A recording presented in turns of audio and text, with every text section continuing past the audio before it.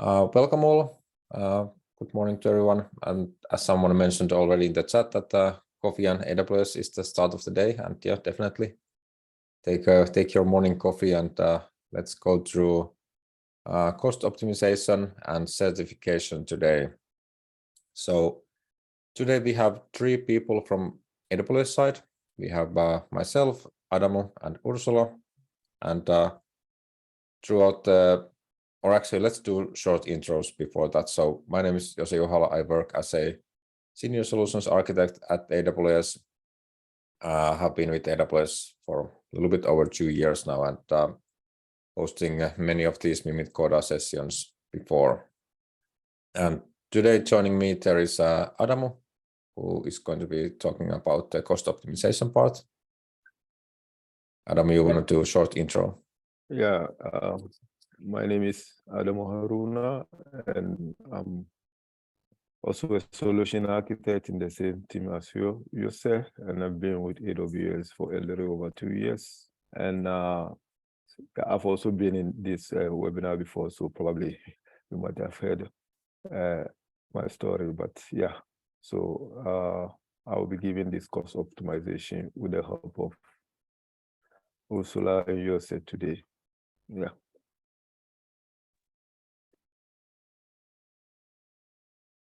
So hi everybody. You probably know me, but we are actually in the same room with Adamu, so we might have an echo at some point, but let's see. So my name is Ursula, and I'm a partner solutions architect, so basically doing a similar role as Jose and Adamu. And yeah, so I will be here, I will take care of the chat, and if there's any questions, if there's something I cannot answer, I will then unmute myself, ask questions. You can also do so. We don't have a huge audience today, so feel free to also unmute yourself if you like to ask questions that way. All right, let's get going. Yeah, so everybody just feel free. If there is any questions that you would like to ask, anything, feel free to drop those in the chat or ask, so you can get all the information that you want. But yeah, without further ado, Adamu, please go ahead.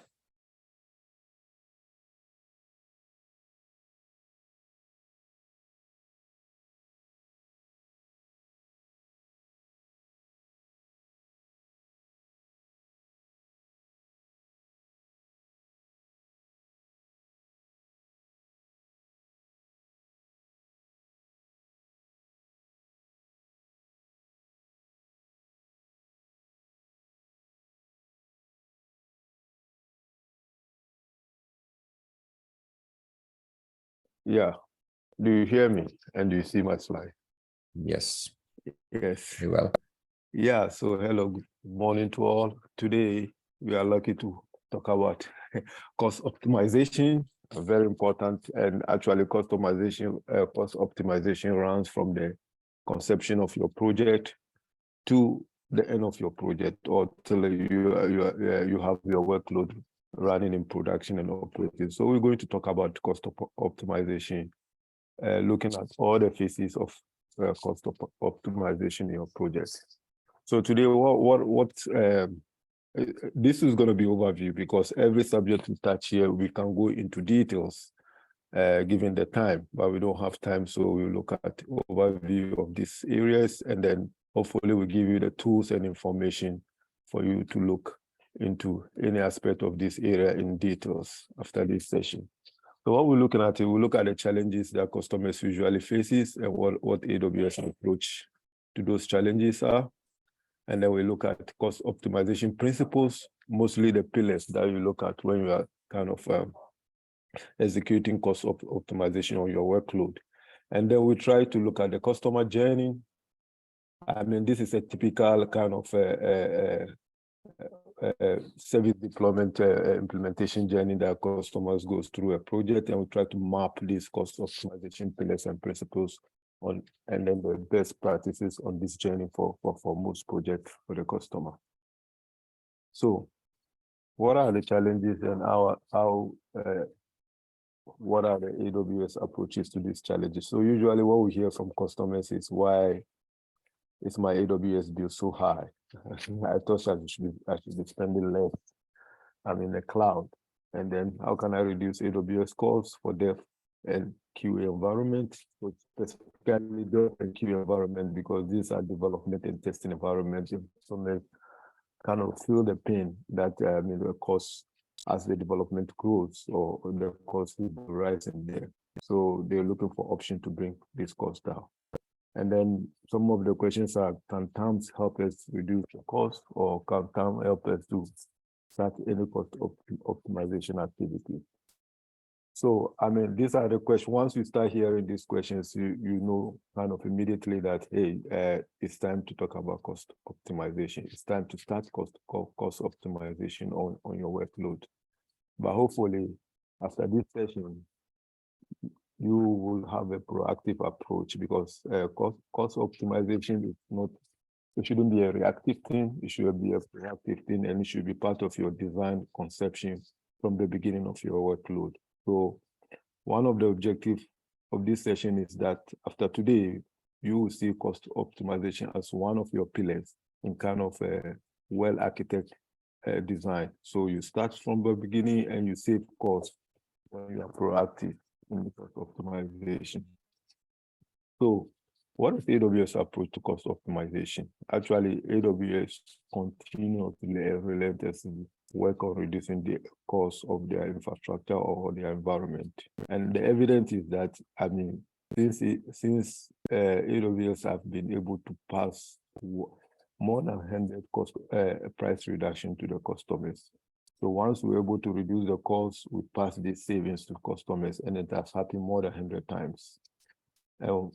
Part of the kind of approach of the AWS is to provide a tool, provide the best practices, recommendations, and the tools for customers to be able to cost optimize their environment they are running on AWS as well. So today we'll go through the principles, and I'll briefly kind of mention some of the tools that you could use in different phases of your cloud journey, optimize your costs. And just to emphasize, it's not a one-time thing, it's a continuous process. And each phase of your project or each phase of your implementation project will have the different strategies that you need to employ in kind of understanding your costs and optimizing your costs on AWS.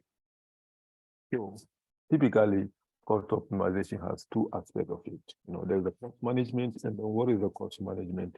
It's the ability to be able to see the cost you incur on your AWS environment. I mean, whether on resources or per team or per department, you have a full 360 view of the cost you incur. And then with that, you can keep them under control, and then you can see the specific areas that you need to enable the cost optimization. And this kind of ties in strongly with a well-architected framework, because when you are designing a workload, you should understand what each component of your workload does. You should understand 360 view of your workload, how they behave, and how you track them. So this is kind of intertwined with the well-architected framework if you are designing a cloud-native environment.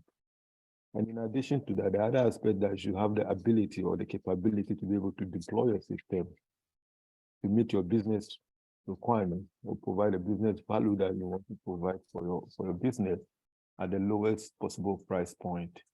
So the two things to emphasize here is that you are meeting your business requirement, and that is the fact that you should meet that business requirement. So it's not about being cheap, it's about trying to meet the business requirement and at the same time do that at the lowest possible price point. So that is the two aspects of the cost optimization. So what does this look like? So it looks like you are running a success look like this on this graph, that you are moving from just paying what you use to paying what you need.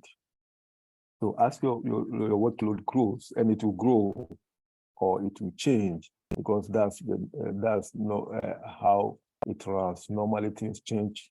Normally you get users. Normally you start production, things grow, things change. And as things are changing, and as you are going through a growth pattern, you want to grow your business, you want to grow your revenue, you want to grow your functionalities, you want to run your business, but at the same time, you want to reduce your cost. So you move from usage, paying for what you use, to paying for what you need. And we provide you with the best practices and principles and tools, both AWS native tools and third-party tools, to be able to make this kind of, to be able to reach this kind of state. So, like I said, let's go through the pillars of cost optimization. What are the pillars of cost optimization that you need to employ to make sure you understand your cost structure and to make sure you optimize your workload, and at the same time, meeting your business requirement? So we have 5 pillars in cost optimization. Then I'll go briefly on those pillars, and then the last pillar is just the mechanism and principle of putting all these 4 pillars together for you to run your cost optimization kind of workload. So first, it's right-sizing your resources. So as you know, in AWS, we provided different options for like the instances EC2, you have different instance type, because we know you run different workload, different unique characteristics. And so there may be instances that you need specific for your workload. So understand what workload you are running, whether it's compute intensive, whether it's general purpose workload, whether it's compute and memory intensive, or storage intensive. So understand the type of workload and then select the right. And within each type of instance also, we have different type of, I'll go through in details. We have different type of sizes that you may look at. The other pillar is the increased elasticity. So you have to look at, normally, and I would say normally, or most often case, you don't have a static, consistent workload on your environment all the time. The traffic varies. And when the traffic varies, you should be able to you should be able to use the resources that require you to meet the demand that comes into your workload. And this may vary, and then you should have that flexibility to be able to adjust to meet the demand. And then, yeah, so it comes with the different services. Different services have different characteristics and therefore pricing models. So you look at your services, you look at the characteristics, you look at how your service usage, the usage pattern, and pick the right pricing model that will provide, I'll always kind of emphasize, you meet your business requirement. You may have different types of business requirement, both on the workload side and then on meeting the traffic kind of demand. Look at the price models of different AWS offerings, how it meets your price model, and select the best price for your that match your business environment or your workload. And then the other thing is that, this is a IT environment. We talk about compute, we talk about RAM, and then we talk about storage and network as well. So, and in AWS, we have the same thing with the compute side. We have different type of storage, both the type, and within each type, you have both kind of the pattern and frequency on how you use the storage. And depending on that, you select the optimum storage for you, because this different storage and different types comes with different pricing model as well. So this is all in the design phase. When you are doing the architectural decision, these are the things that you need to look into, and these are the things that you need to selectively decide in your architecture with the cost optimization in mind when you are architecting, right? So now the 5th pillar is just kind of processes and mechanism and tools that you put in place to put all these things together to be able to run them, to have an operational cost optimization pillar in your environment. That means you need to measure, and before measuring, you need to define what we're going to measure and what are the KPIs you want to measure, and then you need to monitor it, and based on your monitoring and your report, you need to find the areas to improve. And there are tools. AWS provide you different kinds of tools to help you in doing that. So these 5, with the 5th one, kind of combining the 4, kind of helps you in kind of understanding your costs, managing your costs, and then optimizing where it needs to be optimized. And at the same time, I repeat, at the same time, meeting your business requirement, whether it's SLA or your business requirement that you set up for meeting your providing services to your business. So what is right sizing? So when we talk about right sizing, we are, sorry, my slides. When we talk about right sizing, we are talking about selecting the cheapest resource type and best performance. Now, when we say cheapest resource type, we don't mean cheapest, but the lowest price point that meets your business requirement. Resource type, we can have like, for example, if you look at the compute, we have EC2, we have different type of EC2. First, you need to select what the characteristics of your local. Are you going for general purpose? Are you going to compute intensive or memory intensive, or your workload demands some storage kind of heavy intensive kind of CPU instance?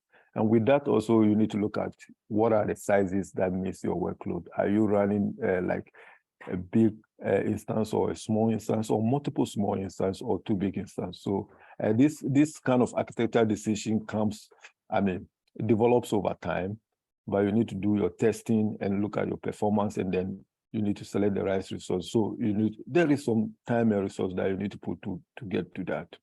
For example, like we take this general purpose compute like M5 for S large. This is why it's not the largest large of M5, but it's premium, it's pretty the second largest. And then you are paying 0.768 per hour. And then maybe at the time of your analysis, you are migrating from on-prem to AWS, and this is kind of the decision you made, and it looks kind of a good decision to kind of migrate, and then there's a lift and shift, and then run this on. But what with cost optimization, it's not a kind of maybe this is the most optimum decision you made at that point, but with cost optimization, it's not a one-time thing; it's a continuous thing. So what do? Once you migrate your workload onto AWS, the next thing we talk about monitoring and optimizing is that you run this workload and you check the performance. How is this workload being used, and what are the allocated CPU, RAM, network, and disk that this compute has, or this EC2 instance has, and how are you using it? Based on that, you can actually see that, you don't need M5 for S large, but just M5 large will be enough, will be the right size to meet that CPU, RAM, network utilization that you are currently running with this workload on your AWS. So that means what? That means you deploy it, you run it, you monitor it, you measure it, and now you see areas of improvement that, there is a different downsize kind of instance that would meet this requirement of your workload. So what you do, you right size that, you change to you downsize the instance, you review your performance, and it turns out that it meets the performance of your current workload that you are running. So that means this is the right size of your workload. And with doing these simple steps, you can see that you are saving about 87.5% savings on your current or initial kind of expenditure when you migrated. So, and this is a constant thing, things change. The other thing we'll talk about later is even technology changes. You may need to go serverless. So these are the things that kind of the cost optimization best practice that you need to keep. Is a continuous process that you keep in mind. The other thing you kind of encounter with cost optimization is elasticity. So one of the examples of elasticity is auto scaling. So what does that mean? That means is that you should be able to increase your capacity of your resources or decrease your capacity of resources with demand. As demand increases, you should be able to be flexible enough to increase your capacity to meet that specific demand. And when the demand goes down, you should be able to kind of downsize or decrease the capacity to meet that required kind of a demand at that time. So just to explain this kind of concretely is that if you look at the traditional approach in terms of capacity management in IT environment, usually the IT organization, they design for peak load. So for example, you have to, because these are things that you purchase and build in your environment. So it's not like dynamic that you can spin up and decommission resources. So you design for peak. What that means is that you don't know when you hit your peak times. So it might be once in a week, once in a month, once in 6 months, but you need to design for peak because you don't want to have a situation where you cannot meet demand. And what that indirectly means is that there will be a lot of time when you are paying for a capacity that you are not using. So you see that unused capacity. So this will be idle and will be money lost or money wasted. And on the other way, people, some of the IT, they are designing for average load or average peak load. So that means you are looking at the average and you are designing your capacity for that average. And what that means in that sense is that there may be times when you hit the peak and you don't have enough capacity for that. And you have application issues, or it may lead to even losing customers because customers will not understand why their app or their service doesn't work. And you don't want to have that situation. And with elasticity, when you design elasticity in your environment during the architecture kind of decision, you provision the elasticity part, which is you use auto-scaling. We have something auto-scaling. And what auto-scaling does, I mean, we can go into details in auto-scaling and other settings. You have different policies that you can have. If you know your environment well, you can schedule when to peak and schedule when to downsize. But if you don't know your environment well, you can kind of just basic dynamic scaling. That means you can detect when the traffic is increasing, and the auto scaling policy would kind of expand or increase the capacity as the demand increases. And when the demand goes down, the capacity decreases. So some of the kind of reduces the capacity. So with this, you are optimizing your instance usage. You are reducing over provisioning, and you are making sure that you are kind of paying for only what you need to meet your traffic. Yeah, and this is free service from AWS, and it's something that you can, and we talk about the EC2 auto-scaling, but there are auto-scaling in other services. If you look at the application of auto-scaling, even in terms of database, you can have different kinds of auto-scaling the application level. So these are the things that kind of helps with your cost and also indirectly customer experience. The other pillar that you want to look at is kind of leveraging the right pricing model. For example, in EC2 or instances, we have on-demand pricing, which is like the standard one, like you get the resources when you need. And in addition to that, we have reserve instances and savings plans. So we look at them kind of, so savings, so the standard way of using or traditional, or I won't say traditional, but the standard way of using your is on demand, because this is what the resources are. You get demand, get the compute on demand as you need it.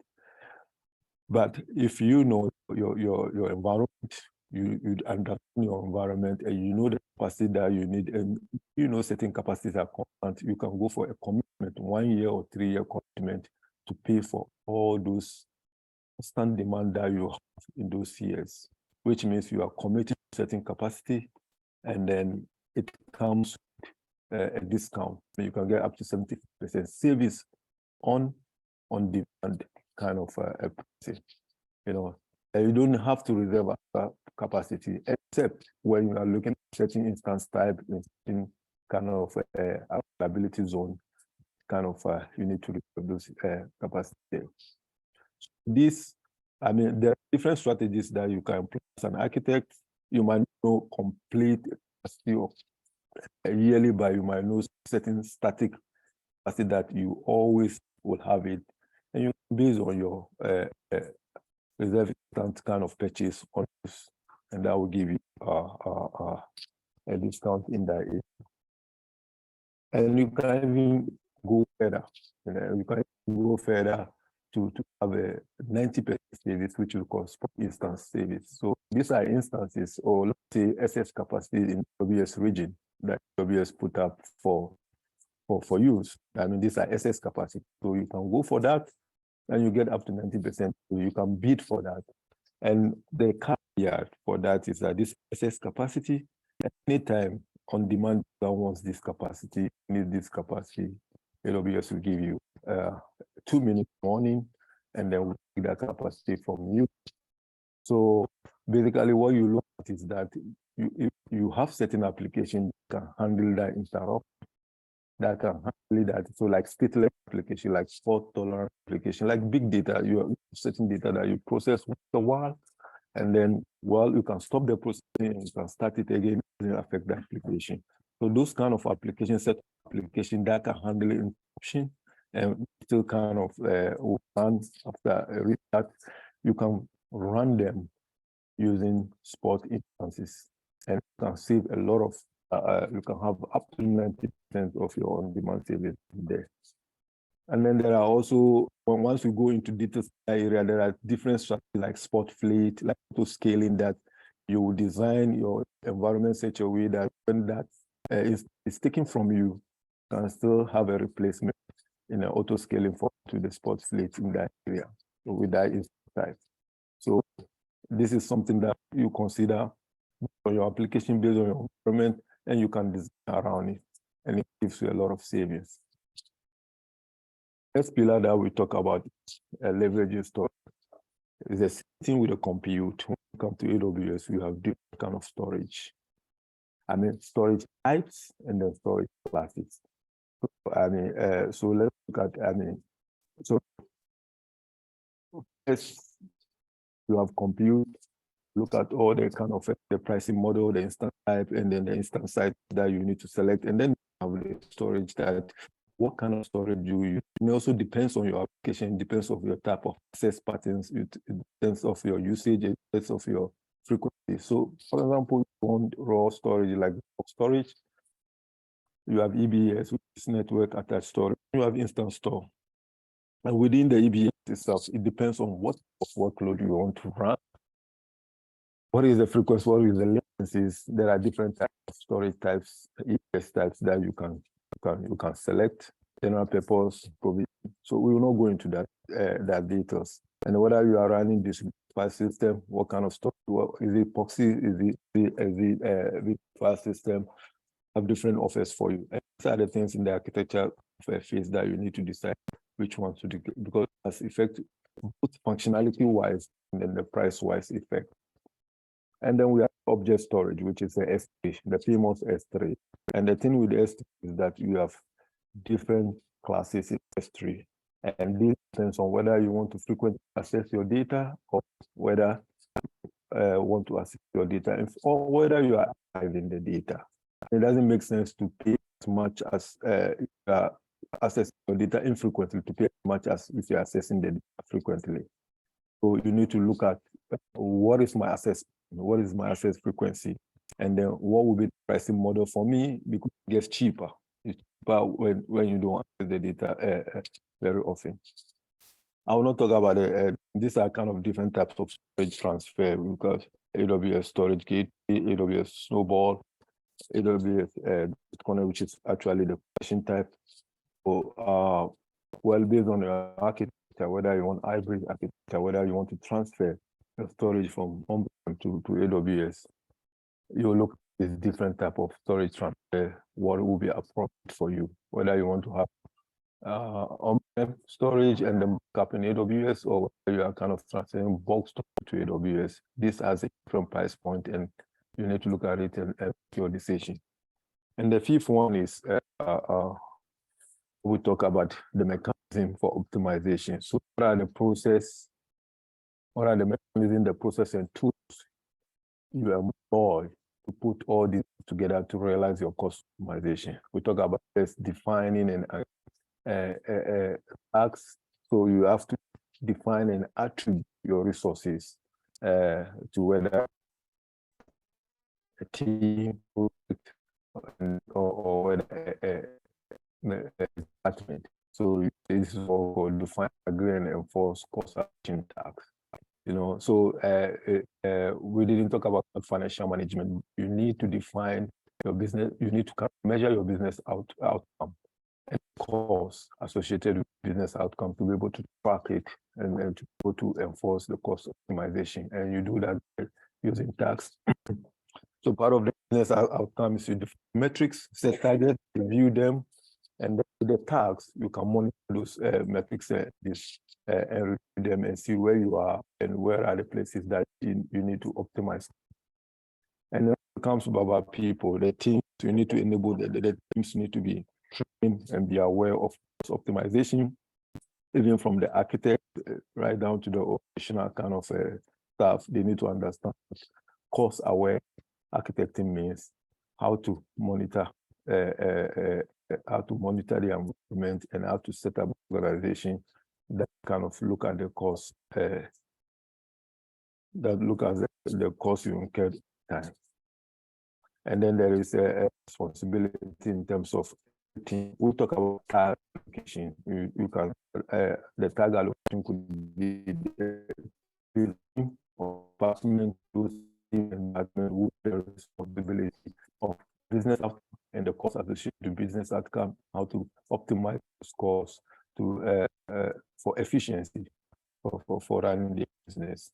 So these are the tools, and this is the fifth item, really like putting them together and kind of in the cost optimization. But then earlier when I said we look at the customer journey and cost optimization. So let's kind of look at how customers usually go through this journey and how we map these cost optimization pillars or best practices to this kind of journey so that it can be applied kind of appropriately. I just want to walk through the typical customer journey, the development and deployment environment, and we look at what are the different cost strategies or cost optimization best practices to employ in the different phases of the customer journey, and then map them together with the mechanism and process that you need to apply.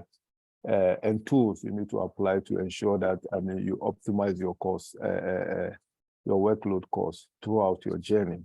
And then I repeat, this is an iterative process, and this you need to continuously be doing it as you monitor your workload, track your workload, and as AWS release new services, because then if you have cloud operational excellence team, they will kind of follow new services, and new services might even introduce 40% kind of optimization in terms of price and performance that you need to kind of adapt or adopt. So it doesn't have to be that your environment is not optimized. The environment may be optimized, but there may be new service coming release that may even make it more optimized. So these are the things that you need to follow. So yeah, back to the customer journey. Initially, from the inception of your project, the concept, investigation, and design stage, or you may call it research and development stage. Whatever you call it, there's the conception side, and then the implementation and testing side, the production and operation. These are typically the journey that the customer goes through. And traditionally, your cost increases as you go through this journey. So let's look at it. So during the investigation and design or research and development part, your architecture will have a really big impact on your eventual cost. So it's very prudent that during the architecting phase, you provide some time to look at different alternatives. What are the use cases? What are the different, and what cost path trajectory that you want to take?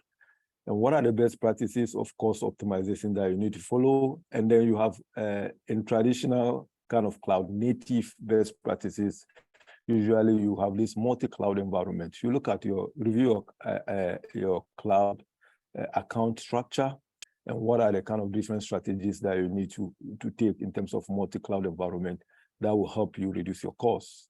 And then what are the targeting strategy you need to take? So these are the design stage. And like we talk about proactive, it's very important to look at also the cost aspect.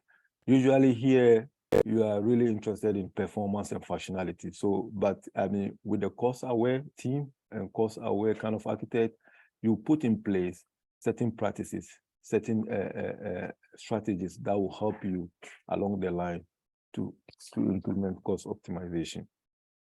And then then you move to the next phase, which is the implementation side. So, and here you start to see the actual cost ramping up, going up significantly, because what you want to run a test, you want to implement, you are really actually sticking to the architecture decision that you are making, and you kind of running performance tests, integration tests, and you are seeing what is the elasticity, what elasticity is providing for you. And then you look at your storage choices, but still you don't have kind of real kind of production environment. You don't have real usage. You don't know the actual pattern in the real world. But these are the, but still you can employ this small practices or small foundational kind of elements like tagging your resources, like you're looking at how your performance will do in terms of elasticity. You can implement those. You can implement those and look at them and adjust as accordingly. But it's understandable that, I mean, most of the kind of deployment at this stage, you have to, as an architect, you have to make a trade-off. So your business, I mean, going to speed to market, and they are really concerned about performance and functionality, and they want to go to market fast, or they want to kind of put some resources and effort on cost optimization from the beginning. But regardless, there are these simple best practices that you put in place so that in the future, or as you go along the journey, it will be easy for you to kind of implement your cost optimization recommendation, which is like, I mean, a simple thing is like tagging, making sure that you have elasticity in your environment that you can respond to, and making sure that all your workload, you have defined the metrics that you can measure to kind of to set your KPI, that you can measure the performance of your workload. So once you hit the production, this is where clearly you see that adoption is driving the cost. I mean, so adoption, kind of the traffic, the pattern of the traffic may even change your cost structure completely, you know. So you, and then probably the instance types and sizes you select may not be suitable to as the production increases. So these are the also the stage that you look at your workload, you monitor them. What are the KPIs? What are the CPU RAM? What is the usage pattern here? And what is the cost allocation to the usage pattern? So you look at them, and this is where a lot of the cost optimization recommendation comes in. And then you see them, and then from the reporting, you can kind of start employing the optimization in your environment. Yeah, so this is when you are fully operational, and then now you can clearly see the right sizing resources, you can see how your elasticity, and then you start to understand the traffic pattern of your usage, how customers are using it, how your services are being used. I mean, some of the best decisions you made in the beginning might not kind of be suitable depending on the usage or the traffic that you encounter. So you should design your workload from the beginning, like I talked about the 360 visibility of your workload, that you should easily be able to change instance type, storage types, that you can kind of optimize your workload. And then this is also a way that you have a clear indication where you have a static kind of consistent kind of traffic at some point, and where the purchase reserve instance may be appropriate for those resources. You cannot do this without kind of monitoring and the tracking, having a measurement. So it's very important from the beginning that you put all those practices in place before you get to this stage. Yeah, so let me just go through all these slides, and then I'll just this thing. So what I'm trying to kind of summarize here is that if you look at the customer journey from the design to the operational, let's say from the conception to running the operation, you can look at all these pillars is applicable in every phase of your stages, or every stage of your journey. You know, so right sizing, I mean, you can see how you use the reserve instances, you can see the matching of the storage. So this is every single project. I don't, it doesn't matter the development, CI/CD, the methodology. These are phases that will be visible in whatever software methodology or whatever kind of, however you are running your environment. These phases will be there. And these are the things that you need to be kind of aware with. And these are the things that your architect should be cost aware when they're designing the workload, and then the operational part also should be. One thing I didn't mention is about the cloud financial management. I mean, you need to have a structure that you can look at. What is the business outcome? What is the cost associated to the business outcome? How do you manage your budget? How do you manage your budget? How do you predict costs? We, AWS, provide you all the tools that you can use to leverage this. And with proper implementation of cloud financial management within your team, you can really monitor the costs and optimize your environment to run your environment with the lowest price point. So, I mean, the next thing I want to talk about, any questions here, because I think this is kind of the summary of the journey you go through, the different principles that you apply, and the cost strategy that you apply to optimize your costs along your journey in terms of deploying your workload on AWS environment. And this is also a continuous improvement thing.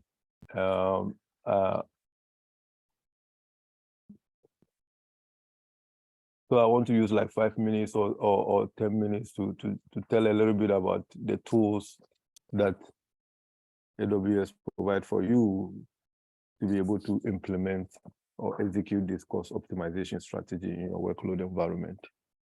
Any questions or anything that that you want to be clarified or you want to ask?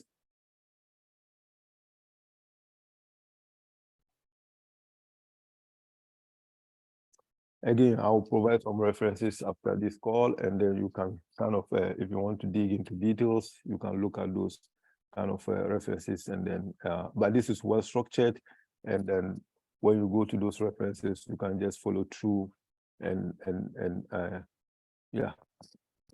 kind of implement your cost optimization strategy for your environment. Yeah. So I said earlier on that AWS continuously work on reducing the cost of their environment and then pass the savings to their customers.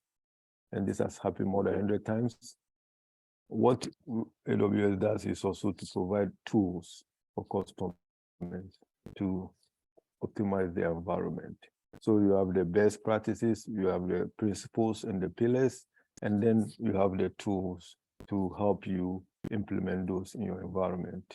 And just regarding the tools also, there are a bunch of third-party tools, which will provide you offline that you can also use from the AWS marketplace to also optimize your environment. Special tools that in terms of cost management, cost optimization that you use. So yeah, so coming back to the tools, earlier on I talked about cost management as one aspect of the cost optimization strategy, that you need to have a visibility of your costs. You need to know how much you are spending, whether per resources, per hour, per team, per department, and the related business outcome. You need to be able to have it under control, and then and that's where you'll be able to kind of enable your cost optimization. So that visibility part should be there. That visibility part should be there both on project level, resource level, service level, and departmental level. And you can there are tools to help you do that. And then once you have that visibility, you should be able to have the ability, the capability to run your business at the lowest price point. And what are the tools that you need to use to deliver that? That we will also talk about that. That's another aspect. So just an overview. We talk about multi-account strategy, which is kind of like a foundational kind of best practices when you are in the cloud native environment, whether you are isolating your workload, whether it's for security reasons or whether it's for management reasons. Companies have different reasons for having a multi-account strategy. And this is one of the best practices to have multi-account. But when you do have a multi-account, one of the way to look at the cost is the consolidated billing. That means you aggregate all the spend from multiple clouds, from multiple accounts into a single bill. And this provides you a lot of discount across a family of accounts. So that's one thing in terms of the tools that you get. And we talk a lot about cost allocation. Cost allocation is basically you are grouping your resources to track them, whether you are grouping them based on project team, based on department or based on some sort of services or application that you are running. So you want to see all the resources that relate to that services. What are the costs of what are the costs you are incurring to run that service? Or the team, their project, what are the costs they are running? So cost allocation goes a long way to give you kind of the ability to track these things, attribute costs to different departments, monitor those costs, and be able to kind of optimize in that case. So there are, I mean, you will not believe it that there are, if you start kind of scanning your environment based on tags and groups, you can have several teams that have a lot of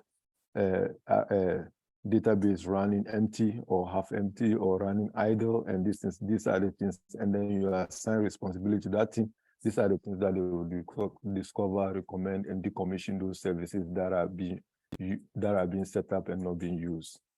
And then then you have the cost explorer. So we talk about tracking your costs. We talk about following the trend of your cost. The cost explorer gives you that. With Cost Explorer, it provides the visibility of AWS spend, and both the spend, the usage pattern, the spend, and then you can also have a forecast of your costs. You can see the trend of your costs, so you really explore and navigate your spending and your costs and your patterns with the Cost Explorer. And then the AWS budget, I mean, natively gives you, like, you want to have a budget for your project or your service, and you want to keep them under control, or you don't want to go beyond setting budget and you want to get kind of alarms and this, and so you use the AWS budget for that. So these are the services that kind of provide you the visibility and monitoring and tracking of your costs that you can use natively on AWS. Like I said, these tools, you go to AWS Billing Console, Cost Explorer, and AWS Budget. You can use it to track your cost expenditure. So these are the native tools of AWS. Like I said, you can have a lot of tools in the AWS market that will help you track costs, help you kind of see and monitor the visibility of your costs, depending on the kind of environment you are running. I will not go into details, but I'll just list some of the tools that you have in terms of cost optimization tools that you can use. I'm not going to read them out, but you have the billing console and you have the Kudos. Kudos actually is a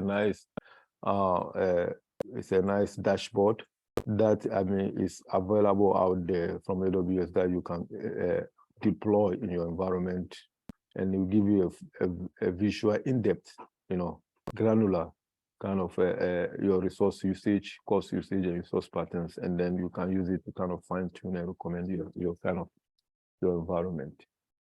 And then there's a cost allocation tag, cost and usage report, and that, depending on how you want to use it, you can retrieve this report, and then you can have put it in any analytic kind of service like Athena. And you can ask all the questions on your resources, how you are using them, and what they are costing you, and what are they related, which service they are. You can ask all different type of questions on those kind of data that you get, whether hourly or daily data, depending on the granularity you want to achieve. So these are just some of the listings. Our trusted advisor. So what I want to the message I want to give you is that we have a bunch of tools that will help you in every phase, specifically to be able to track your usage, track your costs, associate those costs with your business outcome, and be able to identify the areas that can be optimized. Whether we are using Trusted Advisor to review the cost optimization recommendation, or you are using Compute Optimizer, or you are using Instance Scheduler. Actually, Instance Scheduler is a very kind of a cool service that, in a sense that if you implement cost optimization kind of principles in your environment, you will know that sometimes with a QA and then dev environment, sometimes you don't need to be running those kind of resources in the night, or you don't need to be running those resources on weekends. So Instance Scheduler is some kind of service that will kind of automate start and stop times of the EC2 and RDS for you.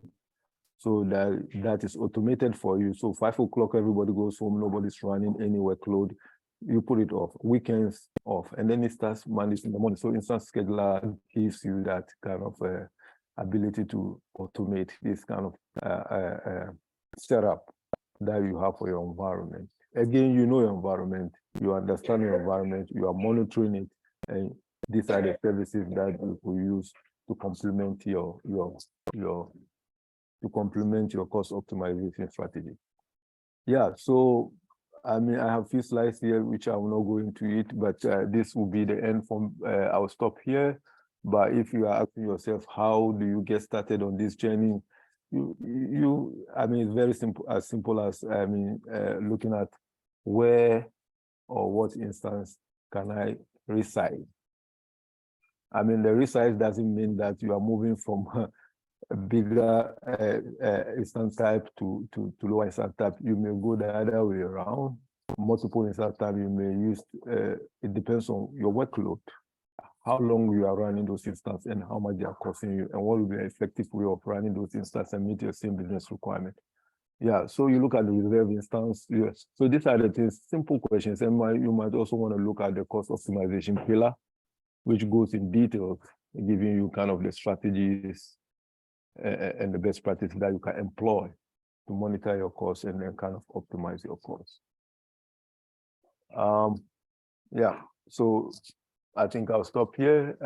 A lot of information, but I hope I've given you the overview and I'll give you a lot of links, references that you can dig a little bit more into those and find out more information. And then you can also reach out if you want. Any questions? Any questions on chat?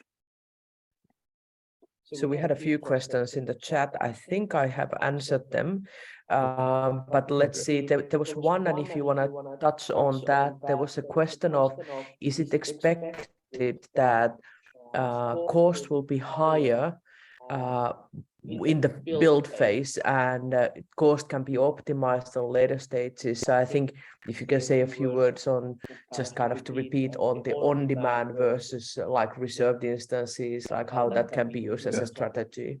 Yeah. So it's expected for cost to increase at the production, because now in the design phase you are making architectural decision, and you are making like you are creating a test environment, and then it's expected when you go to production, you'll be using these resources heavily, so the costs are going to increase.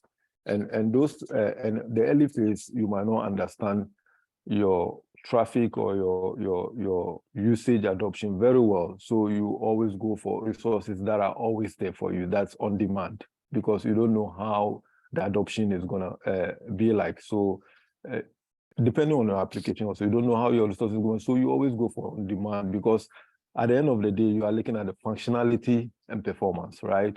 And this is right through your business requirement. But as you understand your environment a bit better, you know that, okay, I mean, you understand how the workload peaks, how the workload becomes consistent in certain types, and that's where you start employing some cost optimization structure. Like you know that, I mean, maybe in the night, your workload goes down all the way to morning, your workload picks up. So there is no point always having, that's where you kind of employ elasticity on those things. And then that's where you start kind of implementing your cost structure. When you are running your workload for years, you know that, 50% of the workload is always the same. And then maybe the 50% is variable. So then you can take the reserve instance for the 50%, which means you can have 1 year, 3 years commitment on that, and you get 75% reduction on that.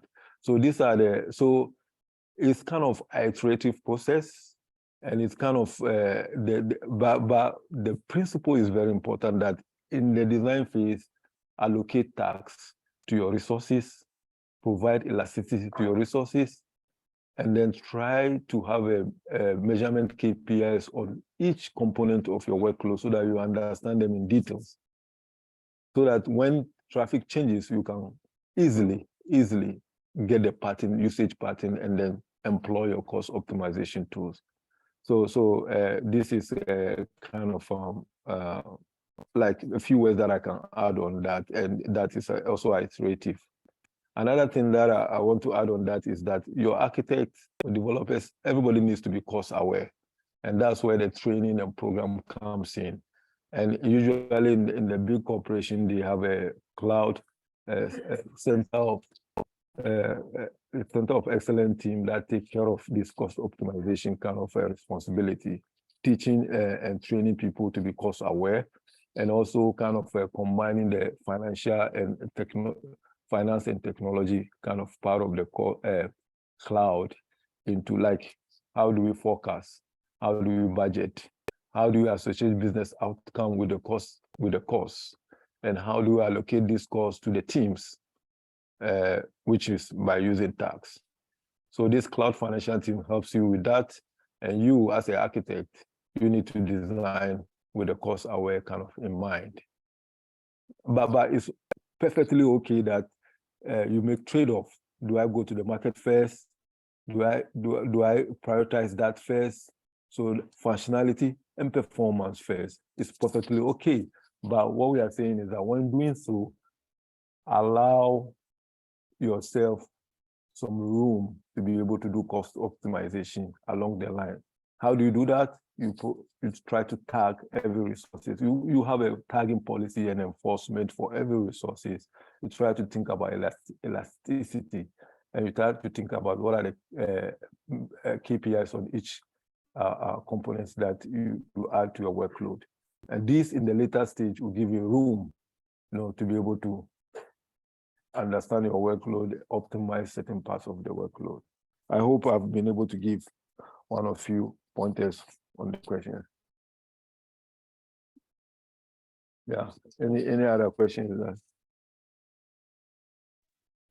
There is one question. As I've understood, it's cheaper to run a web application in AWS in comparison to, for example, Heroku. But due to the complexity of setting up the maintaining the app in AWS, the customer probably needs to hire an engineer specifically to handle that, which again brings cost up. Would there be a benefit of, for example, for a small business owner to run the app in AWS, considering the added cost caused by needing to hire AWS expert? Okay, that's so I think if you compare different cloud environments, I would actually maybe challenge even that expectation of it's much, but that would be much more difficult to maintain. But of course, they have their own flavors and sizes. Yeah, I don't know. I don't have a very strong opinion on that, except that I don't maybe see the operational differences as that heavy. Yeah, I think one of the aspects of the things is also is that one thing you could think of also is that, do you want to run the operations of your environment? Because there are managed services. That's one thing about cost. Do you leave those kind of heavy lifting to the expert to run for you? And then they usually run it much cheaper and much efficiently. And then you focus on your business value added kind of services. So there are managed services that can, even operational services that will run the operations for you. If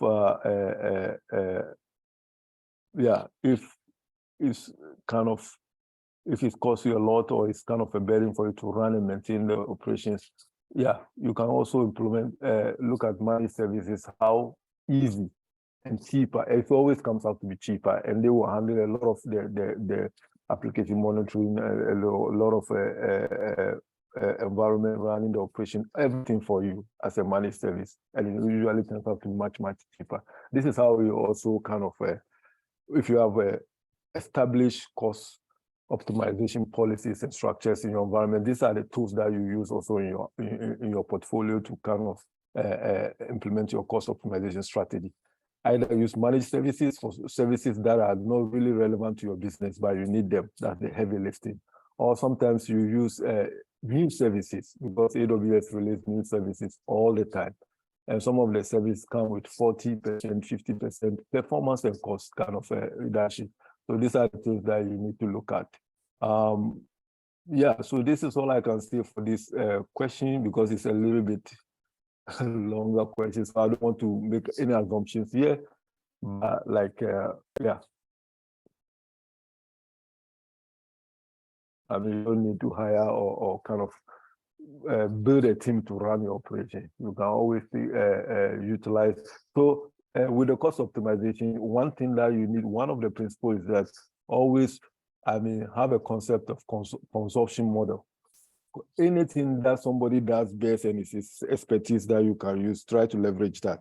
Don't try to do everything by yourself, because it costs you more. You build resources and I mean, you end up paying time and money for nothing. Not for nothing, time and money way outside what you could have gained from a managed service provider.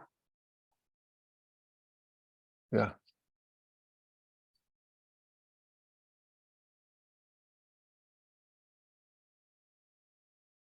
If you have more questions, you can send it to us, I mean, offline, or reach out to us anytime, or any clarification. I'll be happy, or Ursula or Yosef will be happy to answer those questions. Yeah, so if you have no questions, I think I'll stop here, and then probably Yosef will continue from here. Yeah. Okay, thanks, Adam. Yeah. So let's switch gears a little bit. The next topic that we had is about AWS certifications. And yeah, today more specifically about the AWS Cloud Practitioner certification, as that is probably going to be like the first certification for many of you. But let me quickly share my screen. Yeah, I hope that everybody is able to see that. Yes. But yeah, let's get started. So what we are going to go through today in this part is quickly like why to do certification, like overall, let's say in cloud space. Then we have a little bit look through like what kind of certifications AWS has, and we can have a little bit on discussion like what kind of certifications you should do, and what for example is the path through it. Then about preparing for the, let's say, preparing for the exam and the certification for that matter. And we could also take a little bit look like how you can go about in scheduling the certification, and then some tips during the actual exam, what's going to happen there and so forth. And yeah, if you have any questions, just feel free to write those to chat. So Ursula will be monitoring that one. So the first one, like why to do the certification, and this number, this 85%, this is from a research done in 2020, but still the situation is pretty much the same. So we have a skill cap in the amount of people that we have that have cloud skills at the moment, and with the amount of people that the companies are actually looking at with the cloud skills at the moment. So yeah, definitely there is a need for people who can operate and create applications in cloud space. So thus, again, the certification is a good way to showcase that, okay, you are able to work in cloud, you know what cloud is and how cloud applications work and so forth. But overall, I personally don't think that the certification is the like thing that you should be after in a way. Of course, that is a nice showcase that, okay, you have achieved a thing. But how I see it is that the certification is more like a path. So yes, of course, like in the end, you will, for example, achieve the cloud practitioner certification, or you will achieve any other, for example, of the AWS certificates. But to me, usually like, let's say like previously before AWS and even nowadays, when I was looking at this, is that the actual getting to the certification is the best part here, so that I actually know that, okay, to achieve this one, I need to learn things X, Y, Z, and then figure out, okay, how I can do that. And then during that path, I learn a lot that is like helpful for me in my actual career and when I'm doing my job. And then as the final goal, I get the certificate, but the certificate for me has never been like the actual goal. It has always been the path that, okay, I know that, okay, which technologies I need to learn. And I know that, okay, all of those technologies and skills will help me in my career and in my day-to-day work. So yeah, I usually look at it as a path towards different things. And it might be that you are all like at the moment looking at the cloud practitioner certification, but then the next step could be the associate one, so getting even further. But then let's have a look like what kind of AWS certifications there are. There are multiple of those, and we have, let's say, different levels of certifications. And overall of those certifications, I would say that all of the AWS certifications are of high quality and they are pretty challenging, but thus also they are like appreciated in the actual like work-life environment that you have achieved that kind of certification. So the first one and the one that we have in the scope at the moment is the foundational certification, which is the AWS Cloud Practitioner. So if you are new to cloud, this is usually the best place to start. So this is like the first certification that you can achieve with let's say when you are a newcomer. And basically what the target candidate for cloud practitioner is. So the recommended the candidate is somebody who has 6 and more months of AWS cloud experience. Of course, this varies a little. It can be even less, or it can be that you don't have any AWS cloud experience for that matter at the moment at all. But you are going through the path and actually learning things to achieve the certification. And in the cloud practitioner certification, the expected outcomes are not that you would be able to create every kind of application on AWS. It is more about the foundational understanding that how cloud works, what are the best security practices, overall, what are the best practices. And as Adamu was previously talking about costs and economics, it is also about understanding that, okay, when you deploy something to the cloud, and AWS cloud, what is the best practices regarding costs and how to keep the costs under control and so forth. And also understanding the portfolio of AWS services, what kind of services there are, what kind of services you could be using for your application and so forth. So in this one, you don't need to know the nitty-gritty of specific services that, okay, what are the exact configuration values and so forth for a specific AWS service, but basically just know on a high level what the services are, what would you use in a certain scenario. The next one on this ladder that we are climbing here, the first one was the foundational one. The next step is the associate one.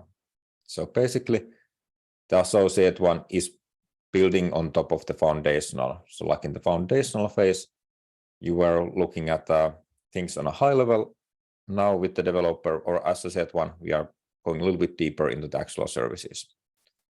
And on the associate one, there is 3 different kind of service certifications. There is the developer, SysOps administrator, and then the solutions architect. And basically the difference here being that the developer has more emphasis on different services that a, let's say, general developer, application developer would be using.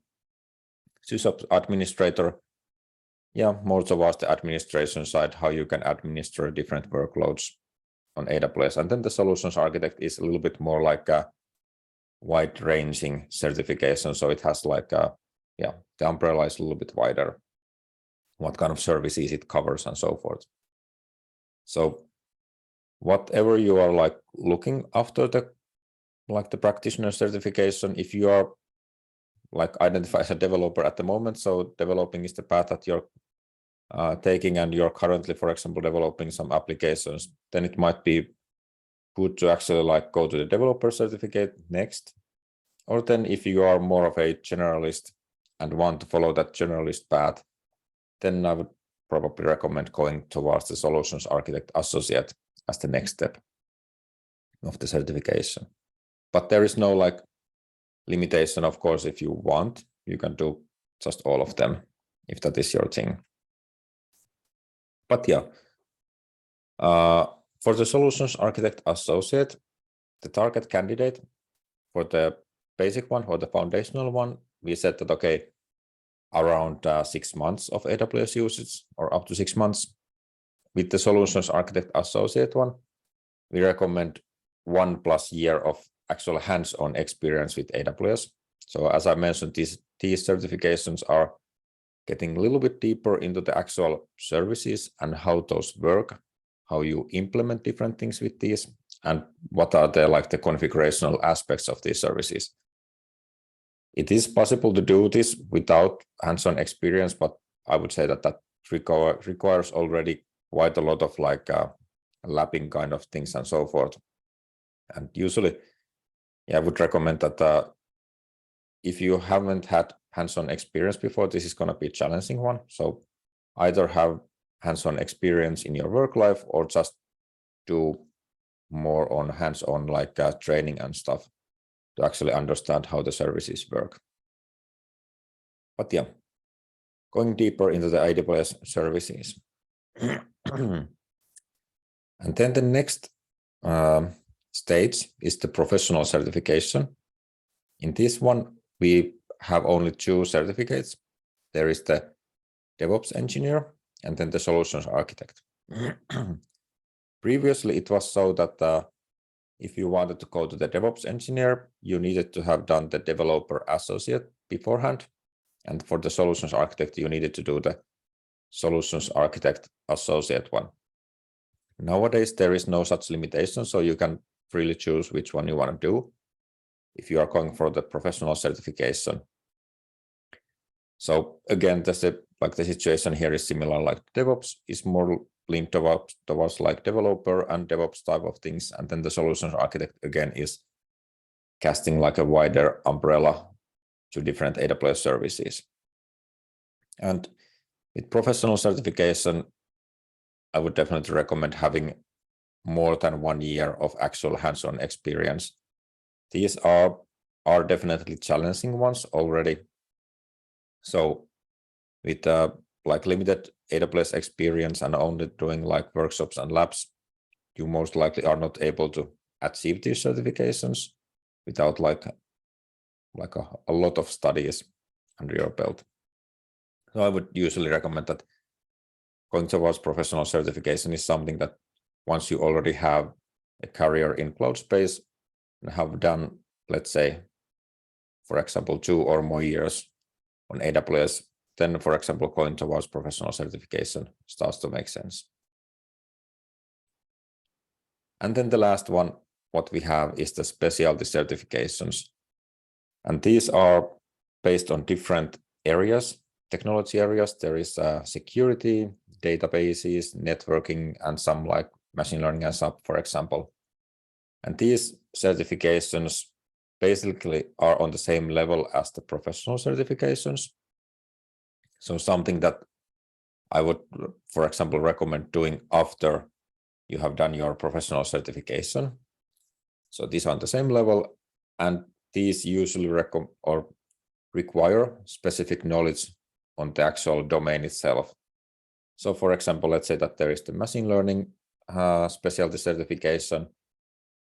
Like you would need to know machine learning on top of AWS like technologies to actually achieve that machine learning certification. And if we quickly look like for example, the advanced networking specialty certification, our recommendation is that you would already have like multiple years of AWS experience as a solutions architect. And you would also have knowledge of network implementations and how network infrastructure works outside of cloud also. So knowing things, for example, like how enterprise networks are built, how ISPs, LAN and WAN, MPLS environments work. So that kind of thing. So these specialty certifications are probably something that you would be looking at later in your career to just achieve other marks in your certification journey. And how it all looks like, as I mentioned, like the normal ones, we have the cloud practitioner is like the foundational, the first place where to start. Then you have the associate certifications. And lastly, you have the professional ones.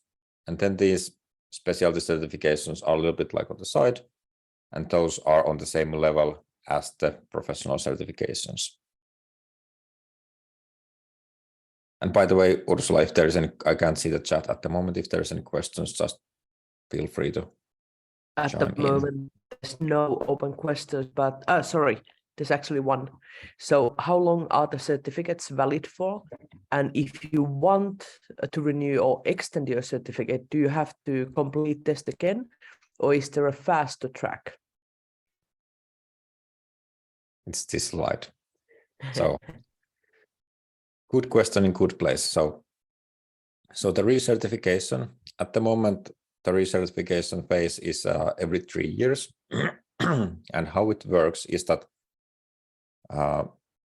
if you have only the cloud practitioner certification, then you need to do the cloud practitioner certification again. If you have the associate level certification and a cloud practitioner, if you redo associate level 1, you will also like renew the cloud practitioner one. And again, if you are on the professional level and have some lower level certifications, you can only redo you only need to redo the professional level certification. So all of the certifications that are under it will be renewed on the same process. And if you have any of those like specialty level certifications, those need to be recertified by themselves. They don't like affect the general path of certification from cloud practitioner, associate to professional. Those are on the side and need a recertification for each of the certificates. But yeah, 3 years is the rotation for the certificates. At the moment, it was 2 years, I think that before COVID times, but it has been changed to 3 years nowadays. But yeah, let's that's all about the actual certifications. Let's move into the exam preparation and what you can do when you are thinking that, okay, I want to take a path towards some certification, how to start preparing for that. And I would say that the first place where you can start is the actual certification blueprint. Here are the blueprint links. We will share these slides afterwards, so no need to take a note of those now. So you can get those. But I could quickly share my browser at the moment, so we can check the blueprint.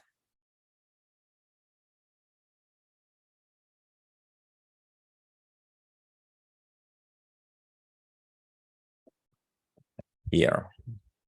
Hopefully this is big enough. Ursula, if you can tell me if it's hard to read. It looks good. Yeah. Okay, thanks. So if you are looking at any certification that you would want to do, I would usually, at least for myself, head first to the AWS certification page, being aws.amazon.com/certification. And from there, you can see that, okay, what kind of certifications are available. We can see the same things as we already went through. But let's look at the foundational certification, as that is probably the one that most of us or you are looking at the moment. So if we click open the cloud practitioner certification, what we can see from this page is already that, okay, who should take this exam? What are like the requirements for the exam? And then basically what you will learn from it. You can also see the length of the exam, that okay, this is a 90 minutes exam, or that is the maximum amount of time that you will have. Also the cost, and then the format that this certification will have. An exam will have 65 questions that are either multiple choice or multiple response. And then the delivery method is either through a on-site testing center or a online proctored exam. But yeah, before going into that one thing that you can look at is the actual blueprint. So going here to the download the exam guide. Let's make that bigger also. So here you get more information what the exam actually is about and what the exam is expecting of you.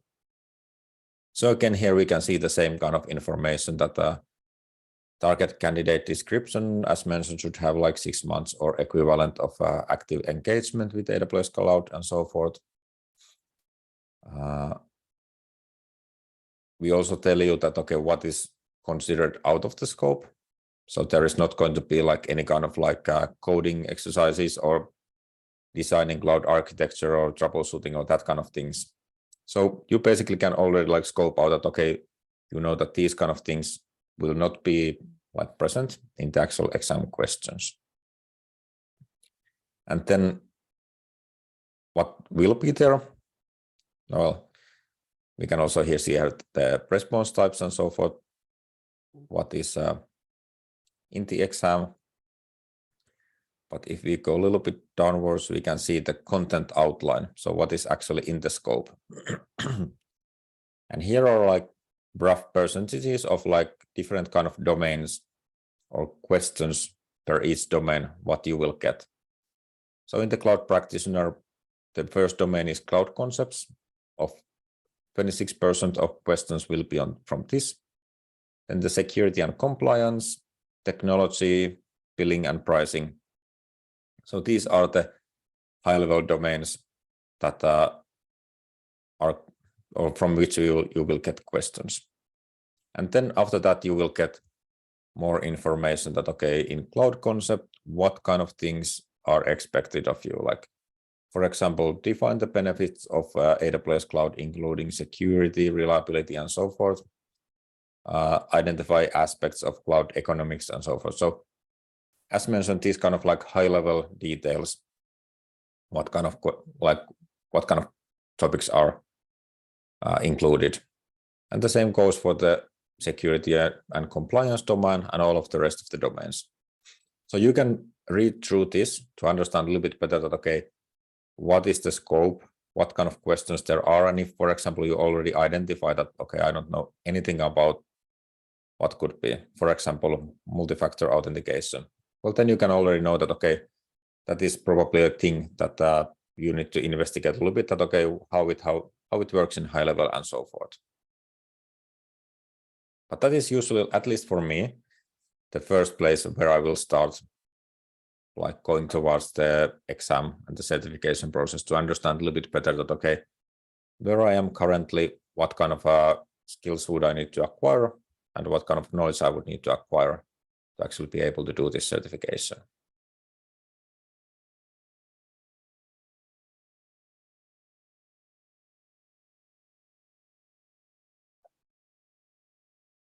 And the next thing, once I already know that, okay, this is the blueprint, I have a rough idea that what kind of things are expected.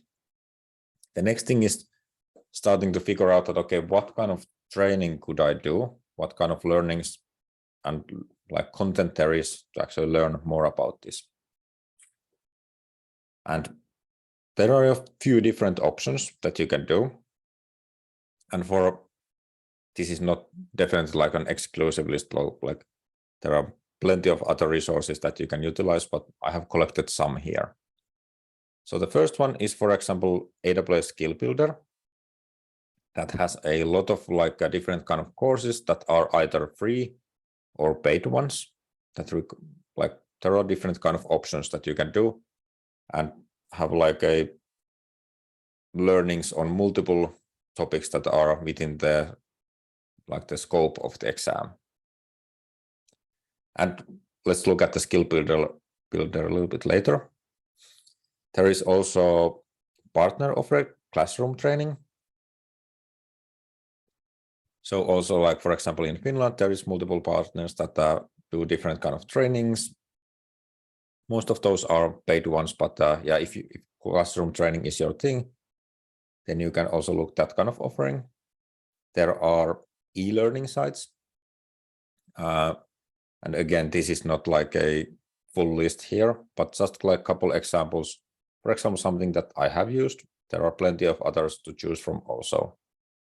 But a couple examples of these e-learning sites are, for example, eCloud Guru and Udemy, which both have multiple options to choose from regarding what certification you are training into. And then regarding exam tests, there is a site called WizLabs, or company called WizLabs, that does test exams that you can take. And that is also a pretty useful one. For example, what I have used previously has been that if I know that, okay, I want to do, for example, networking specialty certification that I did previously, I first went into the WizLab site or some other site that has these test exams and took a couple test exams to just figure out that, okay, what is my current skill level and what kind of knowledge I'm missing.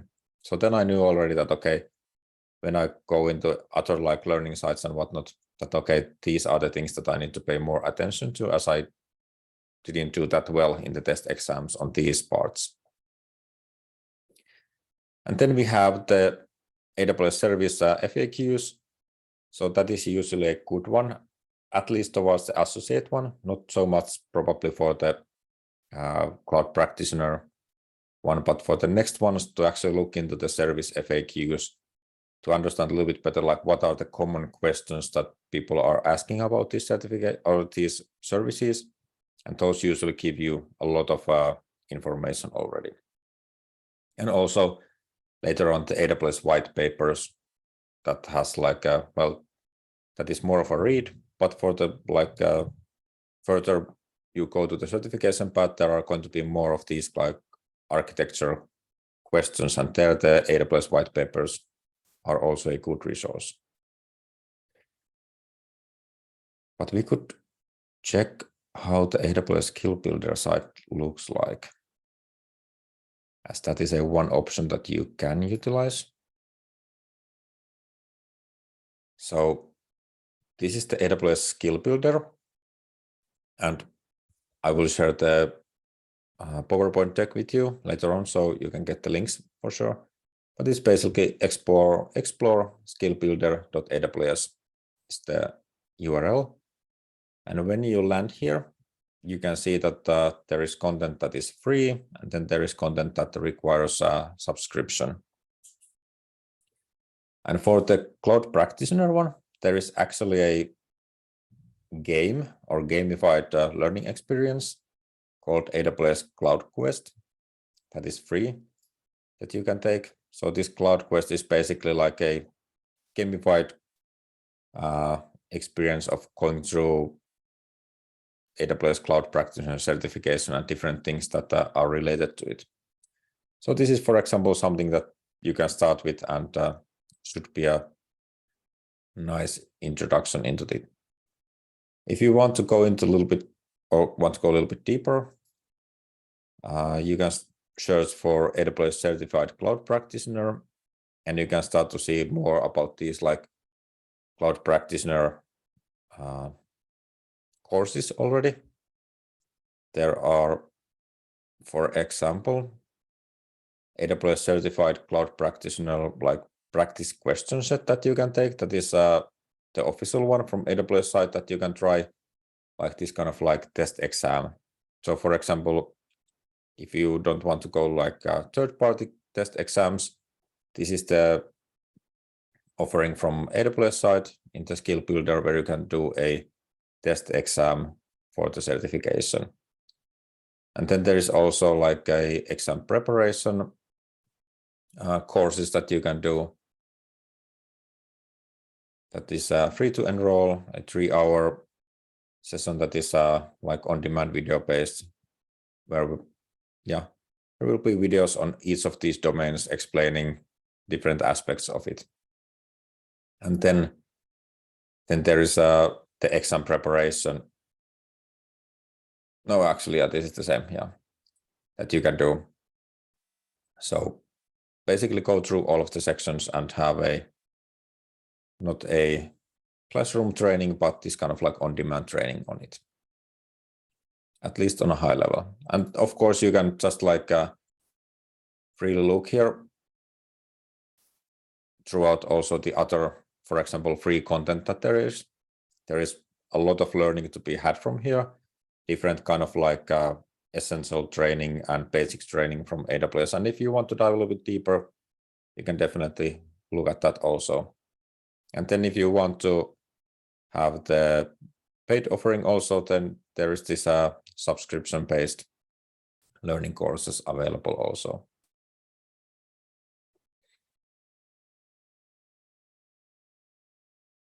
So that's mainly about it regarding the skill builder.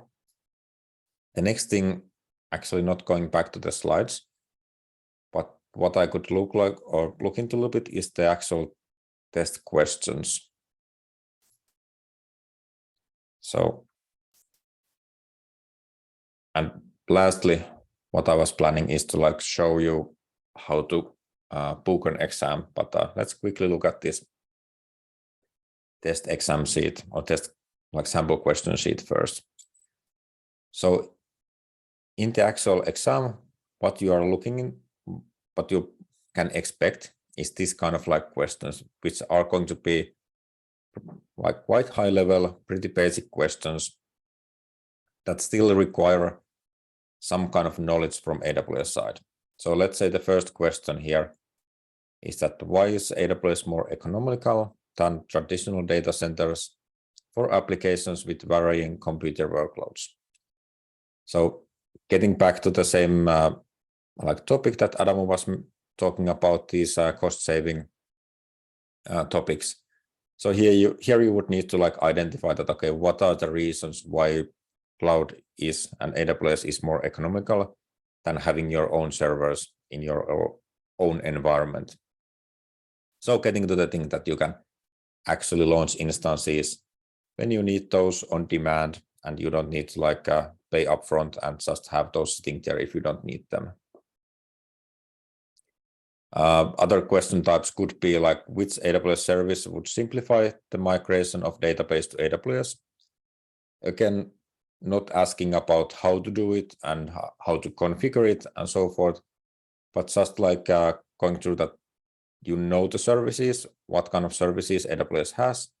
So for example, we could already know that, okay, the EC2 is not the thing that we are looking here, but we would be looking, for example, AWS database migration service to migrate our database. So this is the level of knowledge that you would need to have for the cloud practitioner certification.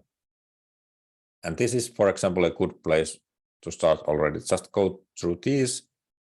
If you think that, okay, this is a okay level for you, then, for example, going into the test exam, trying that out, see how it goes. If it goes well, then most likely, usually, like if the test exam goes well, you already have good enough skills for the actual exam, and probably like just do like a final read through of some of the things that went that clear for you, and then just go straight towards the exam. Ursula, do you have any like other things in mind that you could chime in here on your own experience? How would you prepare for the certification exam? So no, not really, not at the moment, not too many comments, but let us know if there are questions that you want to know, if there's anything you want to know about certification, preparing, etc., etc. Also, when you're prepping, be careful that don't take anything for like, it's like always like this. So exams can change. Yeah, definitely. So there might be like previously, for example, in AWS certifications, there weren't any labs, but nowadays there are labs in the AWS associate certifications and professional ones, most likely. Haven't done those lately, so not exactly sure what kind of questions there are at the moment. But then, as I mentioned, like if all of that, like test exams are good, you feel that, okay, I know the things that I should be knowing, then what you can do is actually head into the certification page. And now we are in the AWS Certified Cloud Practitioner, and you can just hit here like schedule an exam. And what this will do is it will go to AWS training site. I have already logged in, so it doesn't ask my like login details. But it will get into this certmetrics.com site or Amazon, where you can schedule or register for an exam. It tells you like your recent activity. For example, I have recently done the networking specialty certification, so it shows here as an active one and that I have passed. And then I could go in and register for a new exam. But before that, there is one thing that I would recommend for you to check is the request exam accommodations. So this is for anything like if you have any kind of like, let's say special needs or anything where you can actually like request an accommodation to your exam. And one common one that many people get, if you are not native like English speaker, so there is this additional time for non-native English speakers that you can have. So you can have 30 minutes on top of the normal exam time. So for a cloud practitioner, that is like 90 minutes that the exam takes. So with this ESL plus 30, you can get 30 minutes on top of that. So 120 minutes, so 2 hours in total that you can get.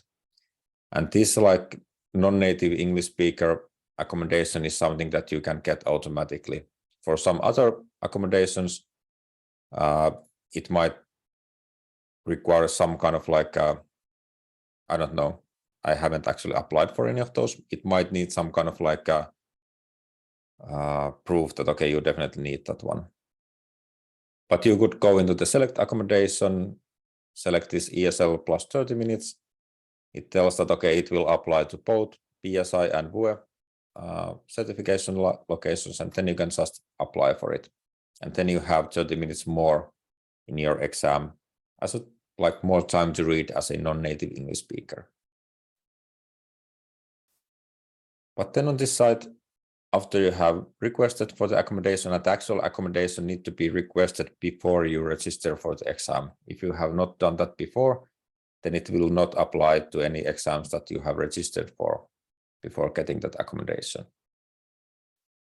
So going towards the register for an exam, we get this kind of list that, okay, what is eligible?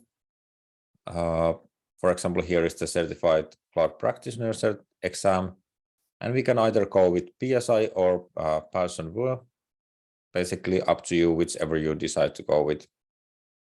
Let's, for example, click the Python WUE, and it will jump to their website where you can do the rest of the like registration process. And here you have two options. You either certify at the test center or online at home. And actually, this is something that if you live close by the test center, that is pretty convenient option. So everything is in place there, the computers are there, and the environment is good to go. So that is a good option if that is reasonably close by to you. What you need there is your photo ID, So some kind of an ID where you have your name and image and so forth, and it needs to be something like a government issue. So it can't be like your library card or whatnot, or school card. So like your driver's license or passport or something like that. You will need that to actually like to enter the exam. But apart from that, the environment and computers and everything is there. So you just need to show up at location. And if you are doing it at home, then you need your own computer. You will need a special test software from both of these providers. So there is a special test software that you need to run on your computer. It will close all other applications and just allow that to be running. And again, you will need a photo ID that you need to show that, okay, you are actually the person that you claim to be. And for the like test exam at home, that is something that you need to take a little bit care that there, for example, can't be any other people. Let's say other people can be at home, but there shouldn't be any noise, and definitely nobody can enter the same room where you are doing the exam. So if there is somebody like, let's say you are doing the exam, somebody is walking close by or talking to somebody else or something like that, that most likely is a case where you will get your exam like cancelled or denied that, okay, this is not a valid one, just to make sure that nobody is cheating in these exams. So make sure that you're alone at home when doing it. So if you are close by the test center, usually that is a good option because then you will be alone there. And that is a private place where to do that one, and easy in that case. Ursula, you have anything to add there? Did I miss something? Yeah, so basically you do have test centers in Finland. There has been more in the past, but I think COVID also hit that one a bit hard. And yeah, I have to say definitely, if you have the option and if the test center is close, please use it. Yeah, that's pretty convenient in a way. So yeah, I haven't checked lately like what test centers there are. If we take the local, like the test center option, it will ask for like what language would you prefer or use. English most likely, but if there is some other language that you're more comfortable with, then you can choose that one. And let's get further. Then there are some policies that we need to agree. Yeah, and then we can start to look for test centers that there would be. At least I can see that there are a few near Helsinki that you can use, or in Helsinki. So there are a few places that you can check, and then you can just check that, okay, what is the availability in those test sites.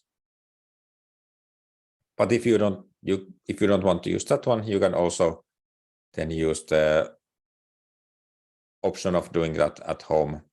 And basically, as I mentioned, you just need to make sure that you have your computer ready, test beforehand that your computer can work correctly. And you also need your webcam. So that is a key part here, that there needs to be a webcam with your computer. So it can't be a computer without a webcam. So you need to showcase, when you start the exam, you need to show your room, you need to show your desk and so forth. So that there is, for example, no notes and that kind of thing on your table. But yeah, that's pretty much it that I wanted to cover today from the exams. Any questions or comments or something like that? I can quickly check what there is in the Slack. It doesn't Slack chat. seem that there are questions. One comment on the test accommodation. How quickly will you get the test result? You will know if you pass after the test, but then the exact split of your correct answers you will get via email. So one thing to mention is that you can also get a time extension using English as a second language option. That's automatic. And there are certain extensions that you can get based on if you are, let's say, vision impaired, if you have an ADHD diagnosis, but those you will always have to request approved separately. But English as a second language will give you 30 minutes extra. Yes. Yeah, so you will usually you will know like immediately after the exam that okay, if you passed or not. If you are doing a beta exam, so usually when we are like renewing the certifications, there is a certain period where there is like a beta exam with new blueprint. With those, you don't get the exam score immediately after, but you need to wait some time, and then we will release the actual result. But with normal exams, yeah, you will know. And for the room, no, it doesn't have to be completely empty. So it can be like a normal room, as you have like if you have bookshelves and whatnot there, that's completely okay. But for example, you can't have a book of AWS Cloud open on your desk, that kind of thing. Or there can't be like a poster, like wallpaper behind your screen saying that, okay, what AWS like services there are and so forth. So like, yeah, common sense, like normal room, just okay. Doesn't need to be tidy or anything, just like however you live there, but just like all kind of things that are on your desk or close by that would help you in the exam, those are not allowed. Exactly, and you might get odd questions if you have like a really specific kind of looking chargers or cables on your desk. You may need to show them to the proctor that they are not connected to anything, or you may need to even take the charger away from your desk if they are not sure what it is. Yeah, like last time I took my exam, I had a little bit like a cough then, so I had like some cough, like what is this, not candies but pastils or something like that. So that was something that I needed to like explain that okay, there is nothing else here but these kind of like pastels in this package. And there's also a question about, do you get minus points for the wrong answers? No, there is no, basically you don't get any penalty. If you choose wrong, you just don't get any like points for that one. So it's always like when you do the exam, it's always good to like answer everything, regardless if you know it or not. So if you don't know an answer, and usually that tends to happen that there is a question or two that you don't just know, take your best guess that, okay, this is probably correct or not. And actually, like during the exam, if you are doing at home or in the actual test center, the software in a way is the same and the experience is the same. So when you are doing the exam, there you can see all of the questions that are like in 1, 2, 3, 4, and so forth. If you face a question that you don't know, like my suggestion here is, or advice would be that don't get caught up in it. So like if you feel that, okay, I have read this like 2 times, I have used 1 minute for this already, or 2 minutes, I don't really know. You can flag it. So there is an option to flag a question. So just flag it and move on. So many people have said that they have like been like faced, like let's say the 5th question during the exam has been like really tough one, and they have used like 10 minutes to figure it out, and then realized, okay, I'm out of time, or I'm losing time here. So don't get stuck. Just like flag it that, okay, this was a hard question, let's move on. And then later on, when you have done all of the questions and answered, then you can still come back and go through all of those questions that you have flagged and try to figure out, okay, can I now answer it? Or if you can't, just take your best guess. So usually the worst option is to get stuck and not actually like move on.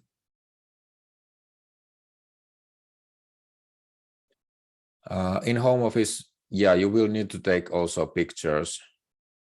So into like the start of the exam, when you register, like when the exam is about to start, you usually need to enter the exam space, let's say 20 minutes beforehand. And yeah, at least if I remember correctly, with person where you need to take pictures from where you sit. You need to take pictures like front, left, right, and back, and of your desk. And sometimes you also need to show with your webcam that, okay, if the person like monitoring the exam wants to like see some particular part, you need to be able to, for example, if you have a laptop, you need to be able to move it to show, like, let's say some part of your room, or if you have windows, just so like there is nothing behind those windows or something like that.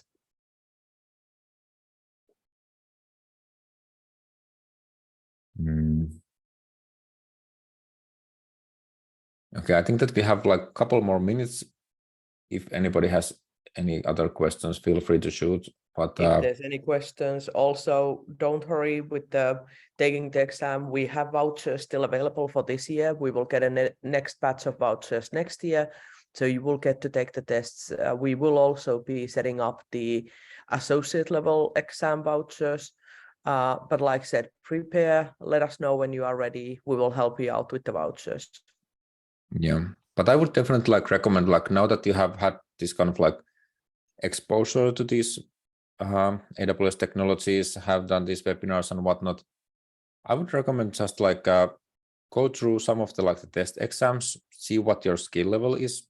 If you are like close to like going through those, or if you already like ace those, yeah, I would just like recommend that, okay, do your final like preparations and then go for it.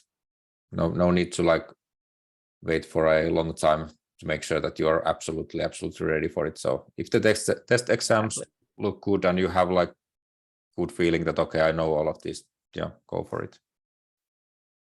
Exactly. You can, so there's a question, can you take the test exam multiple times? Yes, you can. Let's say if you fail with the first attempt, the next attempt can be even the day after. If you fail the second attempt, then you will have to take at least a month to study before you can take it again. I'm actually in the process of figuring out, because we have full exam vouchers for you. There used to be a setup where you got the second exam with half of the price, but I'm not sure if that is valid, so I need to check that information. So that's not certainty, but I will get back to you on that one. Yeah, that's true. But yeah, if there is no other questions, thank you all. This was all today that we had. I think that this was the last one this year. Was it so, Ursula? I need to check, actually. I'm not sure. Yes. But if it, yeah, Sanna. Yes, it is. Oh, okay. Okay. So yeah, then in that case, let's see. Again, next year, I know that we have like at least like workshops coming, most likely webinars also coming in the springtime. So have a nice rest of the year, and I hope that we will see many of you with shiny certifications later this year or next year. Exactly. Perfect. Thank you so much. Thank you. Bye. Thank you. Thank Bye-bye. you all.